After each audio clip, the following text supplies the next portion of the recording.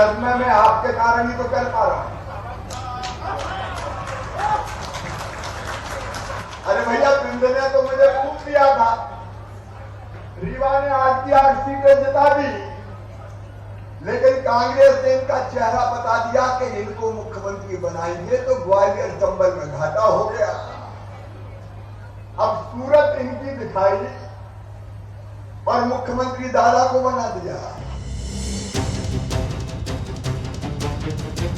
रीवा में मुख्यमंत्री शिवराज सिंह ने खुले मंच से ये माना कि प्रदेश में बीजेपी की सरकार सिंधिया के सहयोग से बनी। चुनाव से कुछ महीनों पहले सीएम शिवराज का ये बयान अब सियासी गलियारों में चर्चा का विषय बन चुका है।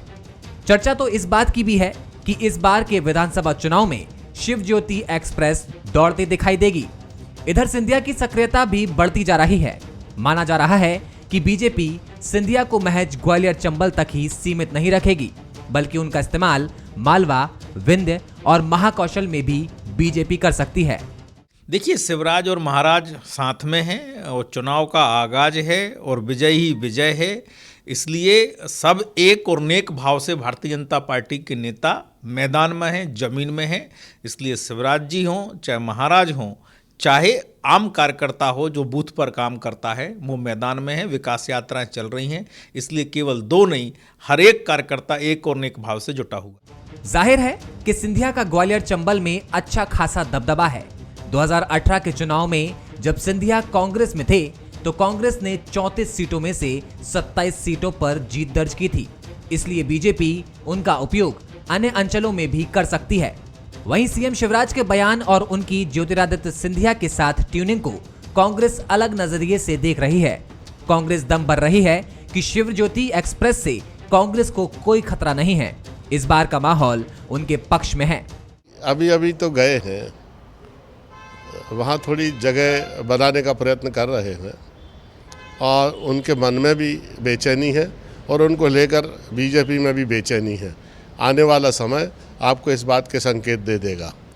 एक समय था मध्य प्रदेश में जब माधव और बोरा एक्सप्रेस कांग्रेस पार्टी ने चलाई थी। ये उसका बदला हुआ रूप है। ये ज़्यादा चलने वाली नहीं है ये एक्सप्रेस। 2 दशक पहले कांग्रेस के लिए जिस तरह से माधव मोती की जोड़ी नजर आई थी, बीजेपी के लिए कुछ उसी तरह 2023 के विधानसभा चुनाव में शिव ज्योति की जोड़ी नजर आने वाली है। इतना ही नहीं, शिवराज सिंह ने जिस अंदाज में सिंधिया को बीजेपी के इस टर्म के लिए क्रेडिट दिया, वो इसके संकेत भी हैं कि विधानसभा चुनाव में शिव ज्योति की जोड़ी एक अलग ही रंग में दिखने वाली है। बंसल न्यूज के सवाल नंबर 1, क्या सिंधिया की बढ़ती सक्रियता बीजेपी की रणनीति का हिस्सा है? सवाल नंबर 2, क्या बीजेपी के लिए सिंधिया अन्य अंचलों में माहौल बनाते दिखेंगे? सवाल नंबर 3, शिव ज्योति एक्सप्रेस से टक्कर लेने कांग्रेस के पास क्या प्लान है?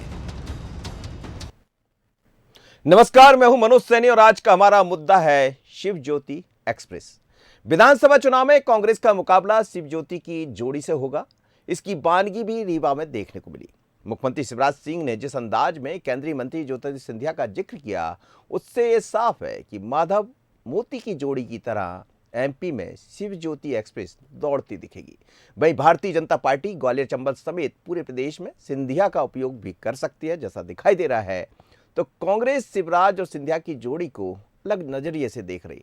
लेकिन आप याद कीजिएगा 2018 का चुनाव, जब सिंधिया का एक ऐसा चार्मिंग चेहरा जो कांग्रेस के साथ था, अब वो भारतीय जनता पार्टी के साथ है। और फिर शिवराज लगातार 18 साल से मुख्यमंत्री है, संवेदनशील मुख्यमंत्री है, और उनके साथ फिर वो युवा जो 52% मध्य प्रदेश में माना जाता है, उनके लिए ज्योतिरादित्य सिंधिया है। तो क्या ये शिव ज्योति कमाल करेगी? समझते हैं आज इसी को। मेरे साथ 3 मेहमान जुड़ रहे हैं। नेहा बग्गा जी है, भारतीय जनता पार्टी की प्रवक्ता। नेहा जी, आपका बहुत स्वागत है। संगीता शर्मा है, उपाध्यक्ष कांग्रेस मीडिया विभाग की, आपका भी बहुत स्वागत है। हर्षवर्धन प्रकाश है, वरिष्ठ पत्रकार। आप तीनों मेहमानों का बहुत स्वागत है। हर्षवर्धन जी के पास सबसे पहले। हर्षवर्धन जी, शिव और ज्योति की जो जोड़ी है वो आज रीवा में भी दिखाई दी, और जिस तरह से भारतीय जनता पार्टी एक रणनीति के साथ आगे बढ़ रही, या हम सिंधिया जी का जिक्र भी करें तो वो पहले जैसे ज्योतिरादित्य सिंधिया नहीं है, बदले बदले से नजर आते हैं। भारतीय जनता पार्टी को भी उन्होंने समझा है और हमें लगता है कार्यकर्ता भी अब इस बात को समझने लगे। मालवा में उनका पुराना होल्ड रहा, चंबल ग्वालियर में निश्चित रूप से वर्चस्व रहा है और बिंद वो है जो इस बार नई पटकथा लिखेगा जैसी दिखाई दे रही। लेकिन इस शिव ज्योति एक्सप्रेस क्या कांग्रेस की मुश्किल बढ़ाएगी? बिल्कुल बढ़ाएगी। एक तरफ शिवराज सिंह चौहान के रूप में एक अनुभवी चेहरा भाजपा के पास, संकट मोचक चेहरा भाजपा के पास, तो दूसरी ओर जो सिंधिया हैं उनके रूप में एक अपेक्षाकृत युवा फेस है और एक पब्लिक अपील वाला, मास अपील वाला चेहरा है। लेकिन कहीं न कहीं हमको ये भी देखना होगा जब हम बहस की शुरुआत करें जी। तो सिंधिया मध्य प्रदेश के मुख्यमंत्री पद के दावेदार के रूप में भी आंके जाते हैं। तो क्या सिंधिया की बढ़ती सक्रियता कोई नया संकेत दे रही है भाजपा में? इस पर भी विमर्श करना होगा। और पिछली बार की बात करें तो कांग्रेस के चुनाव अभियान समिति के प्रमुख सिंधिया रहे, उनके चेहरे के आधार पे भी चुनाव लड़ा गया कमलनाथ के साथ साथ। लेकिन जब सत्ता की रेवड़ी खाने का वक्त आ गया तो कुर्सी कमलनाथ को सौंप दी गई।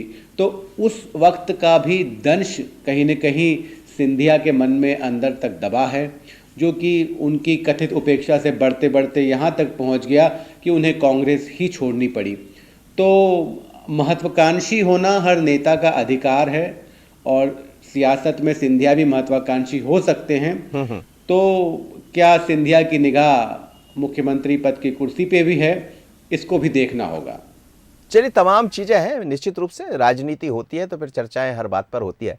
संगीता जी, 2018 में आपके साथ थे, आपकी सरकार भी बन गई और चंबल ग्वालियर में जिसका जिक्र कर रहे थे करीब 27 सीटें आपको मिली थी और जैसे ही उपचुनाव हुए वो संख्या कम हो गई क्योंकि सिंधिया आपके पास से चले गए। बड़ा सवाल यही है कि दो ऐसे नेता जिसे शिवराज जी का भी अपना एक लंबा कार्यकाल है, लोगों से सीधे जोड़ते हैं, कई ऐसी योजनाएं हैं जिससे वो सीधा कनेक्ट करने का अपने आप का प्रयास भी करते हैं, और दूसरा 52% युवा है इस समय मध्य प्रदेश में और युवाओं का चेहरा ज्योतिरादित्य सिंधिया है। और अब जो रणनीति दिखाई दे रही है वो यही है कि दोनों नेताओं को आगे कर दिया जाए और 23 का फतह कर लिया जाए। कांग्रेस की क्या तैयारी? देखिए मनोज जी, ये तो स्पष्ट है कि भारतीय जनता पार्टी ने जो 2018 के चुनाव के बाद जिस तरीके से खरीद फरोख्त की थी और जिस तरीके से सरकार को गिराया था, ये प्रदेश की जनता ने देखा है। और किस तरीके से लोकतंत्र का अपमान हुआ था, ये भी प्रदेश की जनता ने देखा है। और पिछले 20 सालों की भारतीय जनता पार्टी की सरकार में युवाओं ने देखा है कि उन्हें रोजगार के लिए दर दर भटकना पड़ रहा है आज तक। तो भाजपा पर तो ना युवाओं का विश्वास है, ना महिलाओं का विश्वास है, ना प्रदेश की जनता का विश्वास बचा है। केवल ये झूठी घोषणाएं कर करके अपना कार्यकाल चलाते हैं और जब चुनाव का वक्त आता है तो एक्सप्रेस वे चला रहे हैं। अब जो शिव ज्योति एक्सप्रेस वे चला रहे हैं, उस एक्सप्रेस वे में सबसे बड़ी बात यह है कि यदि सिंधिया जी के 2 टायर हैं तो 2 टायर शिवराज जी के हैं। एक्सप्रेस वे कैसे दौड़ेगी जब सिंधिया जी आगे आ जाएंगे और 2 टायर खत्म हो जाएंगे? अभी तो सीएम शिवराज सिंह चौहान जी की कुर्सी पर सबकी नजर है। कांग्रेस की नजर टायर पर है? देखिए, हमारी नज़र उसी पर है जैसे आप बता रहे हैं। हमारी नज़र तो उस पर है कि प्रदेश की जनता पिछले 18 सालों से जिस सरकार का दंभ झेल रही है, जिस सरकार के कानून के नीचे दब रही है, जिस सरकार में महंगाई है, जिस सरकार में कुपोषण है, तो जिस सरकार के अंदर जब बेरोजगारी से लेकर हर चीज है जो 18 सालों में हम और आप बताते हैं किस तरीके से भ्रष्टाचार, गबन घोटाला, कमीशन खोरी, तो ये सरकार को तो जनता ने देख लिया है और 18 में मन बनाकर कांग्रेस को इसकी जिम्मेदारी दी भी थी। परंतु आपने देखा कि किस तरीके से सिंधिया जी, जिनको आज भी भारतीय जनता पार्टी या तो विभीषण कहकर पुकारती है या बिकाऊ कहकर पुकारती है, तो भारतीय जनता पार्टी के नेता तो आज आपने देखा नहीं, मुख्यमंत्री जी कह रहे थे इनके कारण मैं यहाँ हूँ। तो वही तो मैं कह रही हूँ कि उन्होंने बिकाऊ, इसके पहले उन्होंने बिकाऊ भी कहा था, विभीषण भी कहा था, तो वो तो खुद जानते हैं ना कि वो उन्हें कैसे लेकर आए हैं और क्या परिस्थिति रही होगी। तो ये भी प्रदेश की जनता ने देखा है। अब जहां तक सिंधिया जी के चेहरे की बात कर रहे हैं कि उनके चेहरे पर 23 में सरकार बनाने की यदि भाजपा सोच रही है, तो वो तो अपना खुद का लोकसभा सीट नहीं जीत पाए थे। उनकी तो स्थिति उनके क्षेत्र में ही बहुत बेहतर नहीं है। अब जो कह रहे हैं कि हम पूरे प्रदेश में उनको जी, लेकर जी। जाएंगे, तो पूरे प्रदेश में यदि लेकर जाते हैं तो मैदान तो कांग्रेस ने ही दिया था सिंधिया जी को, जिस मैदान पर वो घूमे थे। आज उसका फायदा यदि वो उसी पर तो भाजपा को देते बल्लेबाजी हैं, करेंगे इस बार। वही मैं कह रही, यदि जी। उसका फायदा भाजपा को देते हैं तो जनता तो ये जानती है ना कि भाजपा कैसी पार्टी है। झूठ चल। बोलो राज करो, तो ये- झूठ बोलो राज करो जो ये नेहा स्थिति बग्गा जी है बताएंगी। वो उसके अंदर पूरा खिसक जाएगा। नेहा जी, ये रणनीतिक तौर पर क्या भारतीय जनता पार्टी आगे बढ़ चली है? जिस तरह आज दोनों चेहरे दिखाई दे रहे थे, इससे पहले भी कई ऐसे मंच है ग्वालियर चंबल के, जब वही नहीं बल्कि सभी नेता एक मंच पर नजर आए। और अब जैसे जैसे चुनाव आएंगे ये नज़दीकियाँ, कभी बीडी शर्मा जी के साथ शिवराज जी होते हैं, वो कहते हैं हम आगे मिल रहे हैं, फिर कभी हम देखते हैं हेलीकॉप्टर या जहाँ वो यात्रा करते हैं वो भी दिखाते हैं, फिर आज ये भी चीज़ें दिखाई दे रही। तो क्या ये ऊपर से भी फरमान है कि अब लग जाइए, समय बड़ा नज़दीक है? देखिए मनोज जी, भारतीय जनता पार्टी तो 365 दिन 24 घंटे जनता के समक्ष रहती है, राजनीतिक तौर पर भी और सामाजिक तौर पर भी। और आप जिन चेहरों की नाम ले रहे हैं, चाहे अध्यक्ष वीडी शर्मा जी हों, चाहे सिंधिया जी हों या मुख्यमंत्री जी हों, तो मुख्यमंत्री जी की जो परिश्रम की पराकाष्ठा है वो हमारे सामने है। जो माननीय अध्यक्ष जी की जिस तरीके से वो परिश्रम करते हैं, संगठन को गढ़ने में जिस तरीके की उनकी भूमिका मध्य प्रदेश में रही है जब से उनका कार्यकाल शुरू हुआ है, ये हमारे सामने है। और सिंधिया जी ने आने के बाद जिस तरीके से एयर कनेक्टिविटी बढ़ाई है, तो तीनों के जो अपने अपने काम है उसका जो इम्पैक्ट है जनता के बीच में, उसका परिणाम तो हमें दिख रहा है। पर कांग्रेस पार्टी जब लोकतंत्र की हत्या करती है और सरकार गिराने का आरोप लगाती है, तो मैं ये कहती हूँ कि कमलनाथ जी जो घड़ी दिखा दिखा के चलो चलो चलो चलो करते थे, ये तो केवल मध्य प्रदेश की स्थिति थी ना। पर आप पूरे देश भर में देखिए, 400 से अधिक कांग्रेस पार्टी के जनप्रतिनिधि, नेता, पूर्व सांसद, पूर्व केंद्रीय मंत्री कांग्रेस पार्टी छोड़ छोड़ के जा चुके हैं। अब यहाँ पर लोकतंत्र की हत्या कहाँ से हो गई थी कि ये सबको छोड़कर जाना पड़ा? आखिर मजबूरी क्या थी? क्या राहुल गांधी जी का कुत्तों को बिस्किट खिलाना और उसी से कार्यकर्ताओं का स्वागत करना था? या कमलनाथ जी का जो करोड़पति अरबपति वाला जो अहंकार है, उद्योगपति वाला, वो कारण था? पर कांग्रेस पार्टी उस पर समीक्षा नहीं करेगी। उसके बाद आप देखिए कि सिंधिया जी का चेहरा दिखाया और उसके बाद सरकार बनी तो कमलनाथ जी को आगे कर दिया। अब जनता का जो आक्रोश है वो इन जनप्रतिनिधियों के साथ मिलकर जब एक साथ खड़ा हुआ, आज उसी बात के बारे में माननीय मुख्यमंत्री जी ने वर्णन भी किया है। जब सिंधिया जी का आभार व्यक्त किया और कहा कि उनकी वजह से सरकार बनी है, तो आप जानते हैं कि एक परिश्रम की पराकाष्ठा करने वाले शिवराज जी, जिन्होंने जब वो मुख्यमंत्री बने, सांसद बने, तब से उन्होंने निर्णय लिया कि बेटियां जो है वो बोझ नहीं रहेंगी तो लाडली लक्ष्मी लेकर आए, बहनों को अधिकार मिले तो लाडली बहना लेकर आए। जो संबल योजना जन्म से लेकर मृत्यु तक शिवराज जी चला रहे थे, वो कांग्रेस की कमलनाथ जी की सरकार ने बंद कर दिया। आज जो वहां बुजुर्ग माताएं और जो पिता बैठे हुए थे वहां पर, वो आशीर्वाद दे रहे थे क्योंकि कमलनाथ जी ने तीर्थ योजना बंद कर दी थी। और ये सब संभव दोबारा से क्यों हो सका? क्योंकि इस पीड़ा को जो जनता के साथ छलावा हुआ था वो माननीय सिंधिया जी ने पहचाना है। और 28 का उपचुनाव आप देखिए, जब शिवराज जी और सिंधिया जी की, शिव ज्योति की जब जोड़ी निकली जमीन पर, तो जो कांग्रेस से विधायक आए थे, जो कांग्रेस से मंत्री आए थे, आज तक के ऐसा परिणाम नहीं आया जो भारतीय जनता पार्टी के संगठन और जब ये दो शक्तियां मिली तो जिस प्रकार का परिणाम आया है, जिस तरीके की बंपर जीत हुई है, तो ये स्पष्ट दिखा रहा है कि भारतीय जनता पार्टी का कैडर, भारतीय जनता पार्टी का नेतृत्व जब एकजुट होकर जमीन पर उतरता है तो इसी प्रकार से जनता का आशीर्वाद मिलता है। जी जी, कुछ कह रहे हैं आप संगीता जी? जी बिल्कुल, यही कहना चाह रही हूँ कि जिस आत्मविश्वास के साथ, या कहूँ कि अति आत्मविश्वास के साथ नेहा जी बोल रही हैं, उन्हें ये तक नहीं पता है कि पूरे प्रदेश में जो इनका संगठन है वो आज दरी उठाने को भी तैयार नहीं है। इनका संगठन निराश है। इनके नेताओं को आज तक निगम मंडल तक की जगह नहीं मिली है जो सालों से दरी बिछा रहा है। आज भारतीय जनता पार्टी का एक एक कार्यकर्ता जो सिंधिया जी के क्षेत्र से आता है, उन्हें अपने टिकट की चिंता है कि उन्हें टिकट मिलेगा कि नहीं, सिंधिया के लोगों को मिलेगा। तो इस तरीके से भारतीय जनता पार्टी का कार्यकर्ता ही निराश और हताश हो चुका है। अब ये कह रहे हैं कि हमारा संगठन मजबूत है, तो वो सच्चाई तो सामने आ ही जाएगी। नहीं, जहां तक ये बात कर रहे हैं, संगठन की बात तो कमलनाथ जी लगातार कह रहे हैं, कल भी कह रहे थे, उन्होंने कहा कि हमारा किसी से यदि मुकाबला है तो भारतीय जनता पार्टी के संगठन से, इसलिए हमें उसी तरह संगठन को करना होगा। तो मैं कह रही हूँ कि माननीय कमलनाथ जी यही कहते हैं कि हमारा संगठन से मुकाबला है, परंतु आज की जो परिस्थिति है कि भारतीय जनता पार्टी का संगठन का निराश और हताश कार्यकर्ता इस बात को लेकर दुखी है कि शिवराज जी कब कुर्सी छोड़े और कब हम लोगों को कार्य करें। अब हम, क्यों डर? हमें काहे का डर? हम तो चुनाव लड़े, 18 में जीत के दिखाया हमने, उसी संगठन के मुकाबला हमने किया और अब 23 में भी उसी संगठन का मुकाबला हम करेंगे। डर भय की स्थिति तो भाजपा के अंदर है, शिवराज सिंह चौहान जी के अंदर है कि कमलनाथ जी ने जो 15 महीनों में कार्य किया था, ये लाडली लक्ष्मी योजना, बेटी बेटी करते हैं, ये 28,000 मात्र देते थे, हमने 51,000 रुपए किया कमलनाथ जी ने आकर। ये बोलते हैं हमारे पास सरप्लस में बिजली है और हमने आकर 100 रुपए 100 यूनिट बिजली किया। ये कहते हैं कि महाकाल लोक हमने बनाए, जिसकी योजना माननीय कमलनाथ जी ने मंत्रालय में बैठकर बनाई। में बहुत सी ऐसी बातें हैं कि हमने 27 लाख किसानों का कर्ज माफ किया, आज भी भारतीय जनता पार्टी की सरकार उन किसानों का कर्ज नहीं माफ कर पाई। तो ऐसी बहुत सी बातें हैं जो अगर हम डिटेल में करेंगे तो जनता भी देख रही है। ध्यान आ रही थी कि गांधी परिवार का जो गढ़ रहा है अमेठी, चुनाव तो वहां से राहुल गांधी हार गए, एक सामान्य परिवार से आने वाली स्मृति ईरानी से। तो क्या कांग्रेस पार्टी इस बात को मानती है कि अब उनमें सक्षमता नहीं है कि वो नेतृत्व कर सकेंगे? क्या राहुल गांधी को अब वो बैक सीट पर बैठा देंगे? तो मैं मोदी जी पर जाऊंगी। मतलब मैं एक छोटी सी बात कर रही थी कि अगर चुनाव हार जीत से लीडरशिप तय होती है, विदेश की बात करें, 15-15 बुरा लगता है। देखिए जब तथ्य सामने आते हैं, 15 लाख रुपए देने की बात सिंधिया है ना आपके साथ, तो नेहा जी आपके साथ तो सिंधिया जी है। मैं वही कह रही हूँ कि चुनाव में हार जीत चलती रहती है। राहुल गांधी भी चुनाव हारे हैं, सवाल करूंगी। नहीं, राहुल गांधी पर जाएंगी तो मैं आपसे सवाल नहीं, संगीता जी ठीक है, मध्य प्रदेश पर ही बात करेंगे हम, मध्य प्रदेश पर बात, हम मध्य प्रदेश पर बहुत है आज बात करने के लिए, पर्याप्त विषय ऐसा है कि इस पर खूब बात हो सकती है। तमाम जवाब हैं जो मैं आपको दे सकती हूँ। मुझे क्यों बुरा लगेगा? नहीं, आज भारत जोड़ो यात्रा से आप लोग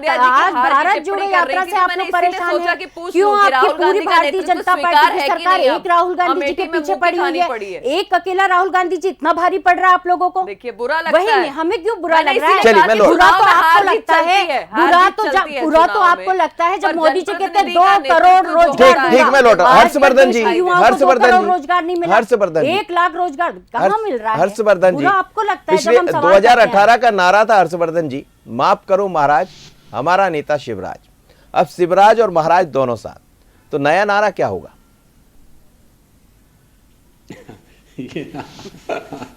तो ये तो काम भाजपा का जो प्रचार विभाग है उस पर छोड़ देना चाहिए। कई बार हम लोग भी सोच लेते हैं, पत्रकार ये हेडलाइन जरूर दे सकते हैं कि इस बार शिवराज और महाराज साथ साथ हैं, और कमलनाथ और दिग्विजय सिंह की जो जोड़ी है वो क्या जवाब दे पाएगी। वो भी 17 तारीख से अपनी यात्रा शुरू कर रहे हैं। भाजपा की हमेशा ये आदत रही है कि वे जो है नए चेहरे को मौका देते हैं, चाहे आप हरियाणा देखें, खट्टर साहब जो कि उतना राजनीतिक उनका बैकग्राउंड नहीं था, एकदम से मुख्यमंत्री बना दिए गए, और भी बहुत सारे प्रयोग हैं। लेकिन मध्य प्रदेश में नेताओं की कोई कमी नहीं है जो मुख्यमंत्री बनाए जा सकते हैं।